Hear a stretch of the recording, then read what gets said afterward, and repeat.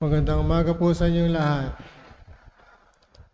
Tayo po ngayon ay nasa ikalawang linggo na ng panahon ng Adbyento, panahon ng paghahanda sa pagdating ng Panginoon, sa kanyang pagsilang at paghahanda sa kanyang muling pagbabalik bilang hukom sa sanlibutan. At sa ating pang-araw-araw na buhay, siya'y dumarating sa pamagitan ng mga sakramento na ating tinanggap, ang mga buhay na tanda ng presensya ng Panginoon na tinanggap natin sa binyag, sa ating pagkukumpisal, sa ating pagtanggap sa Eucharistia, sa ating pagtanggap ng matrimonyo, o dili kaya ay sa pagtanggap natin sa sakramento ng pagkapahid ng langis at ng banal na orden. Kung kaya't ang mga sakramentong ito ang siyang buhay na tanda ng presensya ng Diyos sa ating pamayanan at sa ating kalooban. Kung kaya't muli natin siyang tinatanggap sa ating pang-araw-araw na buhay upang siya ay makahati natin sa ating paglalakbay sa mundong ibabaw. Mga kapatid, kung titignan po natin sa ating panahon ngayon, marami sa atin yung nagiging mapaganda sa mga bagay na pampasko, tulad ng paghahanda natin kung tayo mga may hanap buhay, naghihintay tayo ng ating 13th month pay o dili kaya yung mga bonus para meron tayong magamit at magasta sa panahon ito ng Kapaskuhan. Para sa mga kabataan, meron tayong mga inihintay na pagkakataon upang tayo ay magkaroon ng mga regalo tulad ng mga gadget, tulad ng mga bagay na makapagbibigay sa atin ng kasiyahan, pagkain, mga signature na damit, o dili kaya mga gamit sa ating paaralan, o dili kaya gamit sa ating mga katawan. Kaya hindi naman para sa mga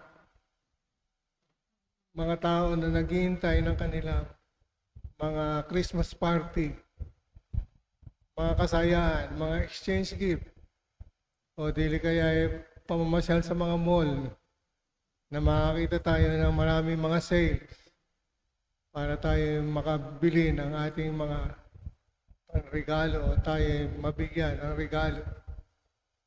Kaya ang panahon ito ng Kapaskuhan ay nakatuon ng pansin natin sa mga material na bagay. Pero dapat tularan natin si Juan Bautista na sa kanyang paghahanda sa daraanan ng Panginoon, siya ay tumira sa kabundukan, nagtiis ng gutom, nagtiis ng pagkakaroon ng payak na pamumuhay. Ang kanyang pagkain ay simple, ang kanyang damit ay simple, ang kanyang buhay panalangin ay hindi simple, kundi pagkuwas malalim. Kung kaya sa kanyang pakikipag-ugnayan sa Diyos, ay inihanda niya ang kanyang sarili.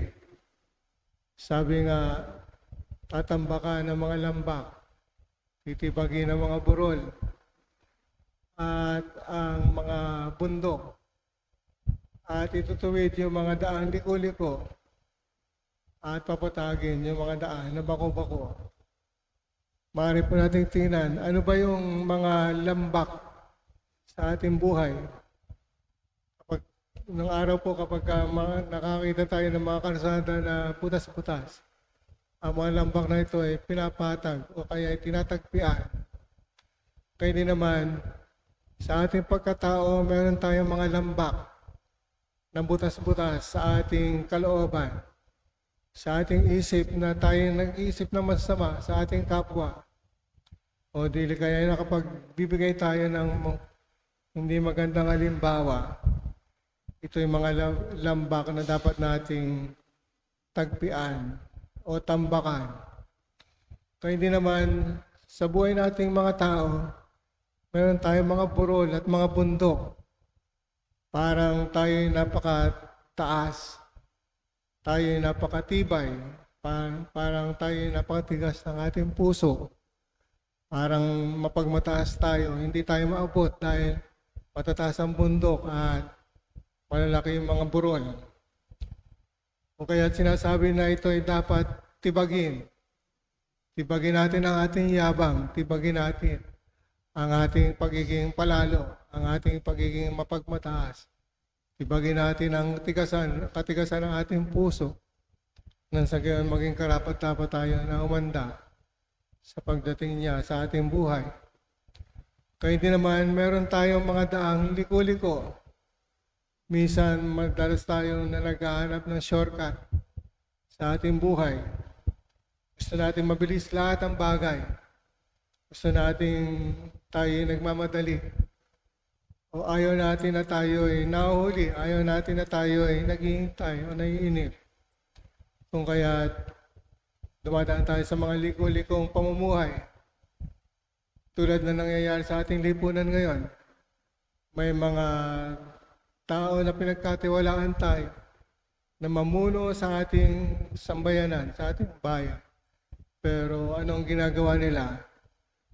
Mayroong mga gumagamit ng mga confidential fund na hindi may paliwanag kung saan napunta ang mga bagay na ito. Kung kaya makakita po tayo ng mga liko-likong pamumuhay. Kung kaya sa panahon ito yung dapat nating tuwirin na sa gayon maging karapat-dapat tayo sa paghahanda sa pagdating ng ating Panginoon. At gayon din naman, sinasabi na meron tayong mga pamumuhay na pako-pako o dili kaya ay mga dapat patagin sa ating kalooban, sa ating isip na baluktot, sa ating mga galit. May mga pagkakataon na Pasko na, galit pa tayo. May mga tao nagtatanim ng galit sa isa't isa na dapat nating tambakan at tuwirin at itama sa ating pamumuhay. Nang sa gayon, tunay tayong maging tagasunod ng ating Panginoon at matubid ang ating landas at tayo maging karapat-dapat sa Kanya. Amen.